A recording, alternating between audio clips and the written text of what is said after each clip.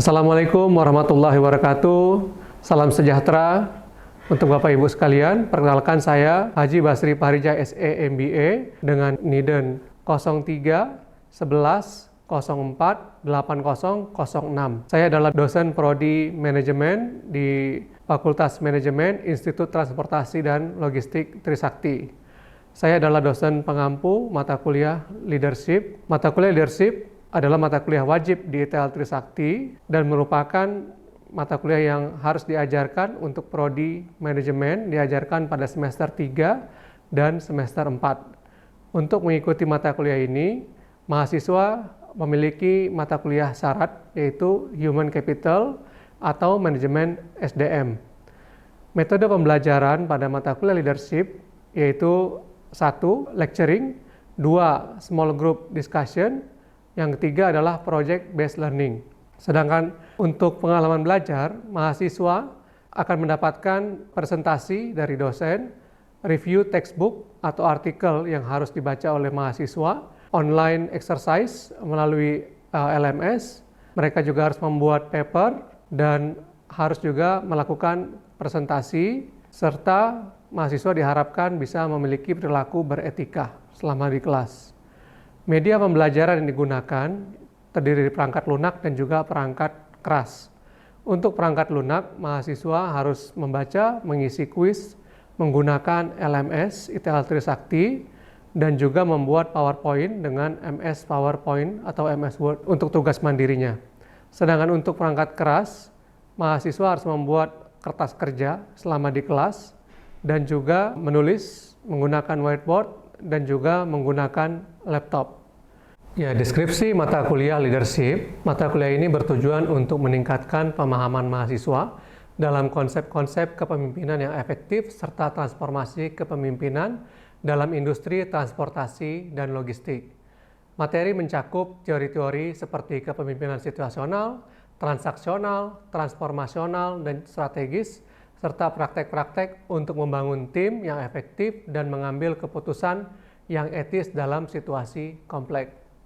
Sedangkan untuk CPMK-nya, mahasiswa diharapkan mampu memahami dan menerapkan berbagai konsep strategi kepemimpinan efektif dan adaptif dalam konteks industri transportasi dan logistik, termasuk kepemimpinan situasional, transformasional, etika berbasis nilai, berbasis data, inovatif, strategis, berkelanjutan, dan dalam situasi krisis.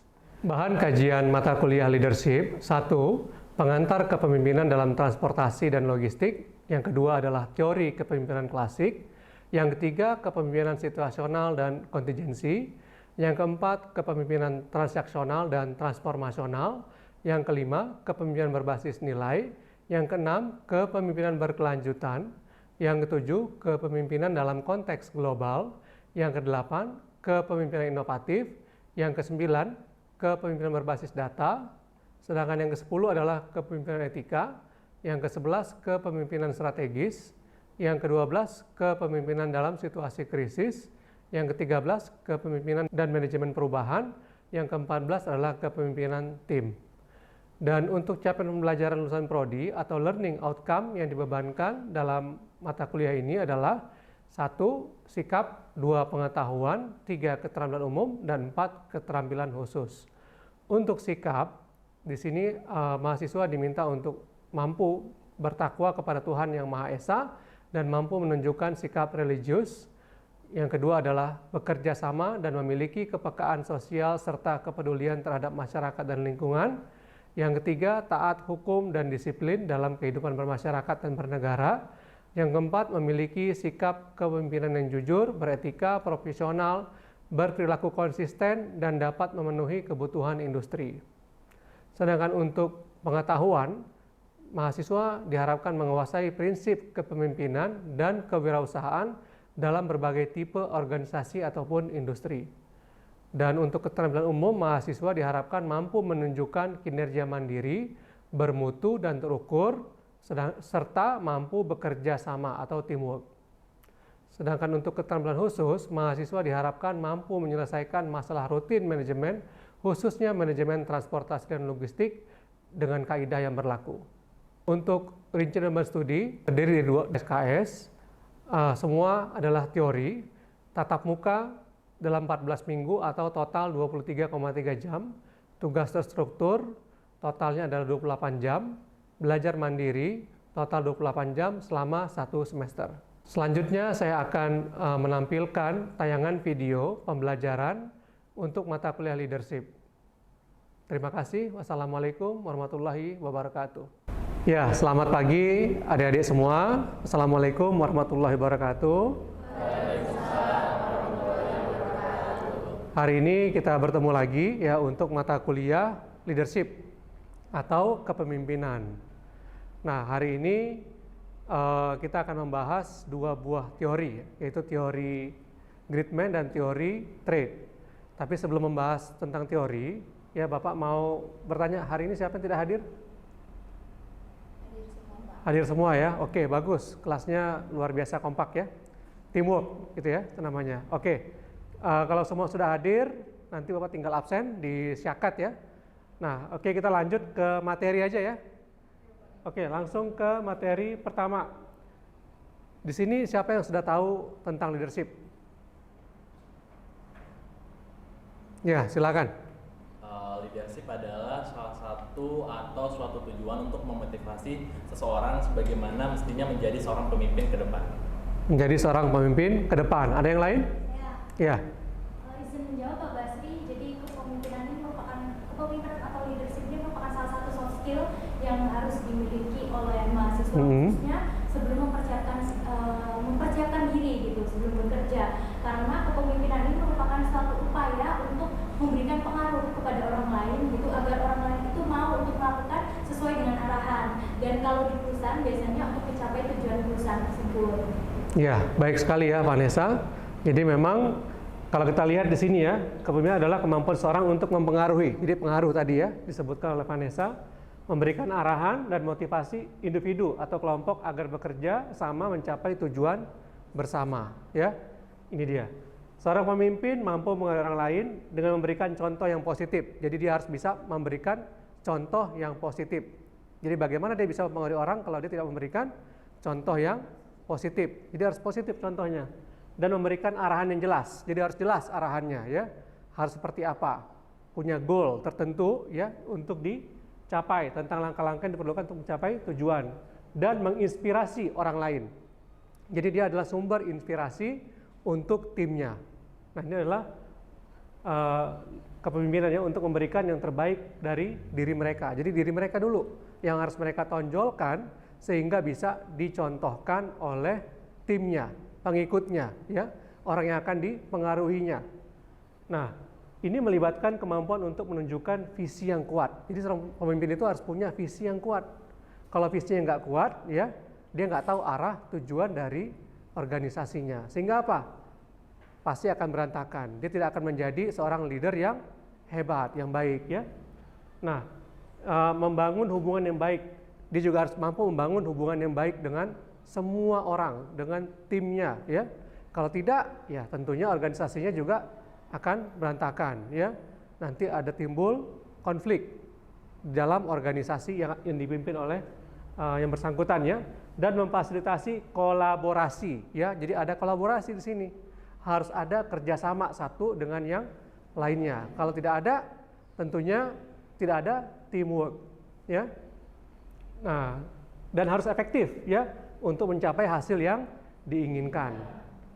Nah, dengan kata lain, kepemimpinan tidak hanya tentang memberikan perintah, tapi juga tentang memotivasi, memandu, dan memberikan dukungan kepada orang lain untuk mencapai kesuksesan bersama. Jadi tujuannya adalah kesuksesan bersama, ya, bukan individu. Oke, kita lanjut ke yang berikutnya. Nah, ini ada teori yang menarik, ya Bapak lihat ya. Dan ini diajarkan di semua mata kuliah leadership dimanapun, ya. Teori yang unik yaitu teori Gridman namanya, atau disebut juga teori pemimpin besar. Apa itu teori Gridman? Ada yang tahu? Pernah dengar sebelumnya? Belum, Pak. Belum pernah dengar? Belum pernah ya? Oke, jadi ini memang teori yang cukup klasik ya, teori Gridman ini.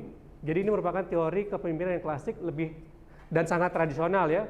Teori ini pertama kali muncul pada abad ke-19 ya, dan dia terkenal di era romantisme ya, romantis ya. Ini lagi populer ya. Ada lagunya kan, kita bikin romantis ya.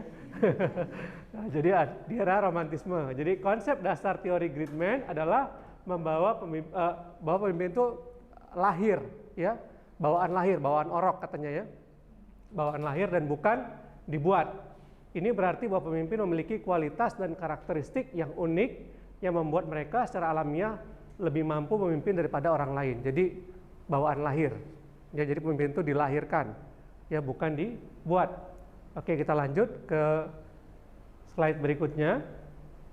Nah, ini adalah poin penting dalam teori Gridman. Ya, di sini pemimpin terlahir bukan dibuat. Tadi sudah dijelaskan ya, terlahir bukan dibuat. Jadi teori Gridman ini menekankan kepada pemimpin yang memiliki sifat-sifat alami atau bakat bawaan yang membuat mereka muncul sebagai pemimpin yang efektif. Sifat-sifat ini mungkin termasuk kecerdasan, ada karisma, keberanian, ketegasan, dan visi yang kuat. Ya, jadi memang mereka turunan ya, ataupun memang waktu lahir itu sudah dinobatkan menjadi seorang pemimpin, sudah kelihatan dari kecil ya. Jadi kalau kita sering lihat atau pengalaman pribadi kali ya di kehidupan kita, kalau main waktu kecil ada teman-teman yang dia langsung seperti bisa memimpin grup kita waktu main. Ingat nggak waktu kecil? Ya ada ya. Dia yang ngumpulin, ngajak main ya. Pokoknya kalau ada dia pasti guyup, pasti ngumpul gitu ya. Nah, itu yang bisa dikatakan mereka pemimpin yang datang dari lahir ya. Jadi walaupun mereka belum belajar tentang kepemimpinan, tapi mereka sudah bisa mencoba menjadi pemimpin ya. Datang naluri dari diri sendiri. Nah, jadi mereka memang cerdas ya, biasanya memang cerdas kan, anaknya itu cerdas ya. Terus mempunyai karisma, disenangi oleh teman-temannya ya kan. Dia memiliki keberanian, ketegasan, dan visi yang kuat. Visinya apa kalau masih kecil? Ya main ya. Kalau masih kecil main kan, ajak main. Nah, kalau udah besar, dewasa seperti saat ini, visinya misalnya apa? Contohnya, kalian di organisasi kemahasiswaan. Ada yang bisa gimana? Di kemahasiswaan apa goalnya di kemahasiswaan? Ya, melaksanakan program kerja supaya apa? Ya, supaya terlaksana dengan baik ya, atau memiliki keunggulan dibanding proyek-proyek sebelumnya. Itu goalnya ya. Nah, jadi visinya itu ya. Jadi dengan cara begini kita tahu bagaimana cara menghasilkan sesuatu yang baik ya, dengan leadership tadi. Ya. Oke, fokus pada individu. Jadi teori ini lebih menekankan pada peran individu daripada konteks atau situasi tertentu. Di dalam pandangan ini, pemimpin dianggap sebagai figur yang menonjol dan berbeda dari orang lain dalam kelompoknya. Ya. Oke, kita lanjut lagi. Sampai sini ada pertanyaan? Belum ya? Oke. Belum ini ya, menggugah ya. Oke. Nah, ini adalah poin penting lagi yang ketiga, contoh sejarah. The Gridman seringkali diperkuat oleh contoh sejarah tentang pemimpin yang dianggap besar dan memiliki dampak yang signifikan dalam perjalanan sejarah manusia. Contoh ya, tokohnya adalah Alexander the Great. Tahu Alexander the Great? Ya, wah berarti sejarahnya kurang nih. Ya, Alexander the Great ya, itu yang menikahi siapa? Cleopatra ya. Nah, ini adalah contoh-contohnya yang pemimpin datang dari lahir. Kalau di Indonesia siapa? Soekarno ya, ada filmnya juga ya. Situ jelaskan bahwa Soekarno dari kecil memang sudah mempunyai figur ya kepemimpinan ya. Oke, kritik dan kontroversi. Teori Gridman telah dikritik ya, jadi teori ini juga ada kritiknya ya. Dan karena pendekatan terlalu deterministik ya, dan kurang memperhitungkan pengaruh lingkungan dan situasi terhadap kepemimpinan ya. Kritikus mengklaim bahwa teori ini terlalu meminimalkan peranan faktor-faktor lain ya, seperti budaya, pendidikan, ya pengalaman yang membentuk kepemimpinan. Ya, jadi tetap dikritik karena bisa saja seorang pemimpin dibentuk ya dalam perjalanan, ada prosesnya ya. Budaya bisa juga membentuk dia menjadi seorang pemimpin ya, pengalamannya ya, dan juga pendidikannya ya, ini juga bisa membentuk seseorang menjadi pemimpin. Oke, kita lanjut lagi. Yang kelima ya, poin pentingnya inspirasi dan keteladanan. Jadi tadi udah dikritik ya teori ini. Walaupun dikritik, teori Gridman menunjukkan pentingnya inspirasi dan keteladanan dalam kepemimpinan. Ya, pemimpin dianggap sebagai great man. Ya, great man seringkali memiliki kemampuan untuk menginspirasi dan memotivasi orang lain dengan visi, keberanian dan komitmen mereka. Ya, to the great man. Nah, dalam praktek seperti apa nih? Sebagian besar penelitian ya tentang kepemimpinan modern lebih cenderung mengakui bahwa kepemimpinan bukanlah hal yang murni terlahir. Ya, jadi di penelitian modern itu menyatakan bahwa pemimpin itu tidak semuanya lahir, ya, murni dari lahir, ya, tetapi dapat dikembangkan tadi dengan pendidikan, pelatihan dan juga pengalaman, ya. Meskipun demikian, teori Gridman tetap menjadi bagian penting dalam pemahaman tentang sejarah dan evolusi konsep kepemimpinan. Makanya ini tetap diajarkan walaupun sudah banyak kritik-kritik ya oleh para peneliti dan membuktikan bahwa banyak pemimpin yang terbentuk bukan dari lahir, tapi karena adanya pengalaman, ada proses ya yang membentuk mereka menjadi seorang pemimpin. Oke, kita lanjut ke bahasan berikutnya. Oke, bahasan berikutnya adalah teori trait. Jadi tadi di teori Gridman semua sudah jelas, sudah paham? Sudah paham ya, cukup baik ya penjelasan Bapak? Cukup baik, Pak. Cukup baik ya. Oke, ini Pak mau memastikan ya bahwa kalian memahami ya, supaya kelas ini mempunyai faedah yang baik untuk kalian semua ya. Karena kalian adalah seorang figur pemimpin ya, pemimpin masa depan Indonesia ya. Oke, kita lanjut ya ke pembahasan berikutnya, yaitu teori trait ya. Teori trait adalah pendekatan dalam studi kepemimpinan yang mencari untuk mengidentifikasi karakteristik pribadi atau sifat kepribadian yang dapat diidentifikasikan dengan dan dikaitkan dengan kepemimpinan yang efektif. Ya. Prinsip utama dari teori trait ini adalah teori trait berpendapat bahwa ada serangkaian karakteristik ya atau sifat kepribadian yang dapat ditemukan dalam semua pemimpin yang efektif. Jadi mereka memiliki beberapa karakteristik. Jadi ada karakter tertentu yang menentukan bahwa dia adalah seorang pemimpin. Ya, jadi ditentukan berdasarkan karakternya.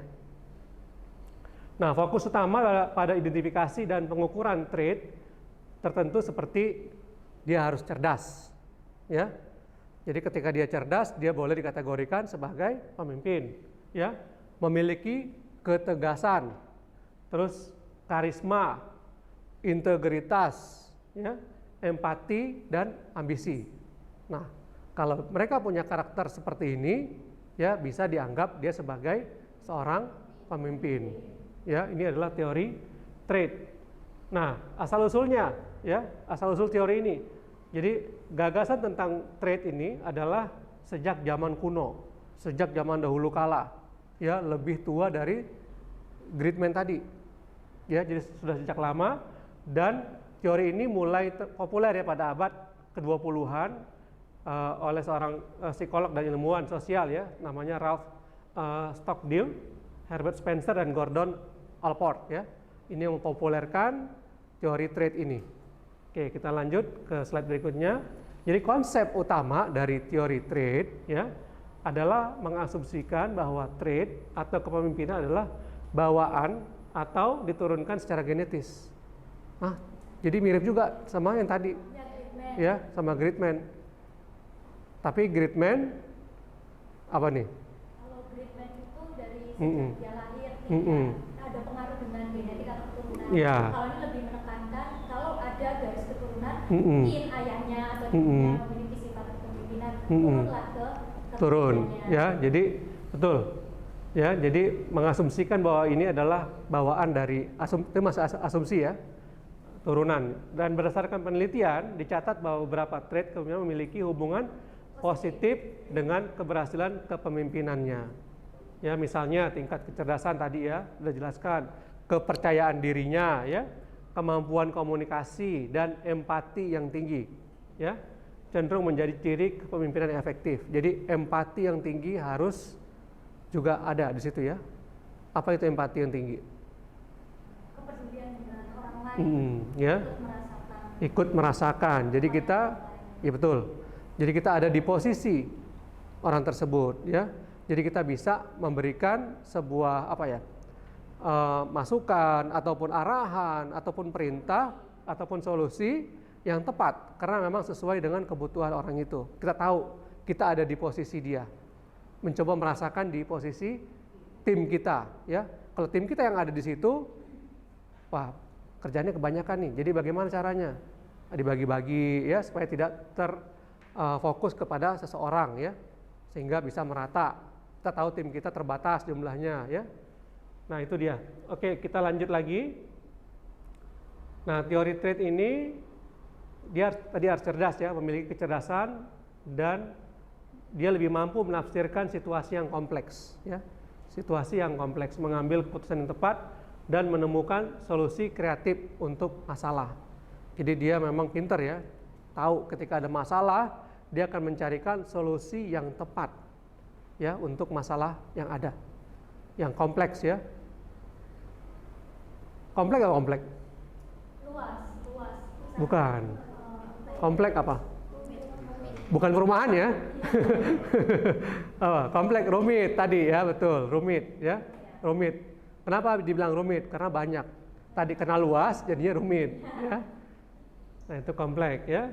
Ketegasan. Ketegasan adalah kemampuan untuk mengambil keputusan yang sulit, menghadapi tantangan dan tetap berpegang pada tujuan meskipun dalam tekanan ya. Ini tegas ini penting karena memang sulit, tidak semua orang bisa tegas. Karena apa? Semua tim, misalnya tim nih punya kemauan dan seorang leader harus menentukan ya, jangan sampai gara-gara timnya satu mau ini, satu mau ini, dia tidak bisa menentukan pilihannya. Jadi dia harus tegas menentukan pilihan ya, walaupun nanti kalau nggak dipilih si A akan marah ke saya, si B akan marah ke saya, si C akan marah ke saya. Tapi dia harus menerima konsekuensinya dengan ketegasan ini ya untuk memimpin organisasinya. Dan itu sulit ya, tapi seorang leader bisa melakukannya. Oke, karisma ya, pemimpin yang karismatik cenderung memikat ya dan menginspirasi orang lain, dan mereka memiliki kemampuan untuk memotivasi dan mempengaruhi orang lain dengan daya tarik mereka. Jadi punya karisma ya. Apa karisma? Ya, punya aura positif ya. Jadi auranya positif. Apalagi berwibawa ya. Pokoknya enak dipandang lah ya. Enak dipandang ya. Entah itu orangnya tampan, entah itu bawaannya enak aja, orangnya ramah ya. Jadi berbagai macam apapun bisa ya, bisa ganteng, apapun bisa. Dia kelihatan enak lah gitu ya. Jadi ketika ngomong sama dia nyaman ya, itu karismatik. Jadi siapapun yang mendengar dia cerita akan mendengarkan. Seneng aja dengarnya. Oh enak ya cerita Pak Basri, misalnya Pak Basri karismatik nggak? Ya. Jadi enak didengar ceritanya ya. Nah, terus integritas ya. Memiliki integritas mencakup konsistensi antara kata dan tindakan. Jadi dia harus konsisten ya, selaras dengan ucapan dan tindakannya. Ya. Oh, jangan korupsi, ternyata dia korupsi ya. Nah, nggak boleh. Ya. Jadi kejujuran dan moralitas yang tinggi. Pemimpin yang memiliki integritas biasanya dipercaya oleh bawahannya ya, dan mendapat penghargaan atas nilai moral mereka. Jadi ini paling penting ya. Indonesia dikenal dengan negara yang korup ya. Nah, kalian sebagai pemimpin masa depan ya harus memegang integritas yang tinggi ya. Jadi nanti ketika masuk ke industri dijaga ya nilai-nilai kejujuran ya. Kalau jujur pasti kepake selamanya. Dan yang paling penting ya dalam agama apa rewardnya?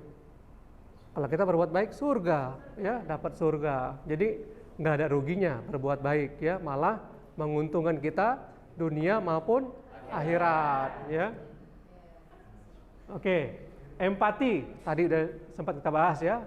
Pemimpin yang empatik cenderung dapat memahami dan merespon, tadi sudah dibahas juga ya, Vanessa menyebutkan merespon kebutuhan dan perasaan orang lain dengan baik, yang membantu dalam membangun hubungan yang kuat dan memperoleh dukungan dari tim. Karena kita bisa merasakan apa yang dirasakan oleh tim ya, keputusan kita, arahan kita juga akan baik, sehingga tim pun akan menerima kita kembali ya. Jadinya makin akrab, makin erat. Ketika ini terjadi ya, organisasi pasti makin melesat ya, tujuan pasti tercapai ya. Oke, lanjut lagi. Sama kayak teori Gridman, teori trade juga ada kritikan ya, tetap dikritik ya. Telah dikritik karena sulitnya menentukan daftar trade kepemimpinan yang pasti ya, karena macam-macam nih karakternya yang ditentukan tuh macam-macam ya. Dan sulit untuk menjelaskan ya, dengan trade orang yang sama tidak selalu berhasil sebagai pemimpin. Jadi dengan karakter yang sama kok ada seseorang tuh nggak berhasil jadi pemimpin gitu ya. Udah ditentukan tadi karakternya kan harus begini gini, tapi ternyata ada juga orang yang tidak berhasil ketika menjadi pemimpin ya, dengan karakter yang sudah ditentukan tadi. Nah, ini menjadi kritikan ya, dan juga menyatakan bahwa konteks dan situasi memainkan peran yang sangat penting dalam menentukan efektivitas kepemimpinan daripada karakteristik pribadi ataupun trait semata ya. Jadi situasi juga menentukan ya, seorang itu mampu atau tidak menjadi seorang pemimpin ya. Sampai sini ada pertanyaan, Bapak asik ngomong nih.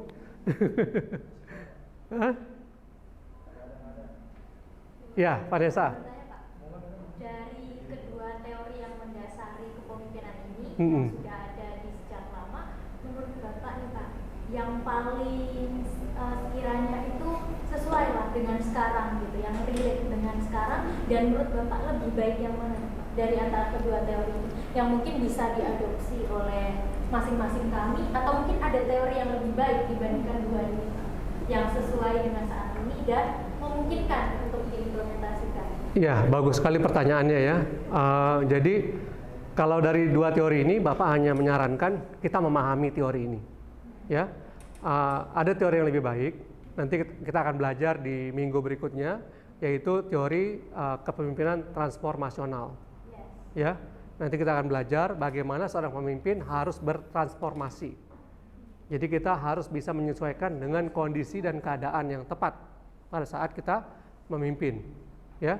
Kita akan bahas di minggu-minggu berikutnya ya. Ada materi itu, nanti silahkan bertanya lagi ya, yang lebih dalam tentang teori transformasional ya. Oke, next slide. Oke, artinya materi kita untuk kedua teori tadi sudah selesai ya. Minggu depan kita akan lanjutkan dengan teori transaksional ya. Apa itu? Silakan kalian bisa belajar ya lebih dahulu, buka, googling ataupun baca buku. Minggu depan kita bahas ya, minggu depan lebih perbanyak lagi tanya jawab supaya lebih interaktif lagi pertemuan kita. Setuju?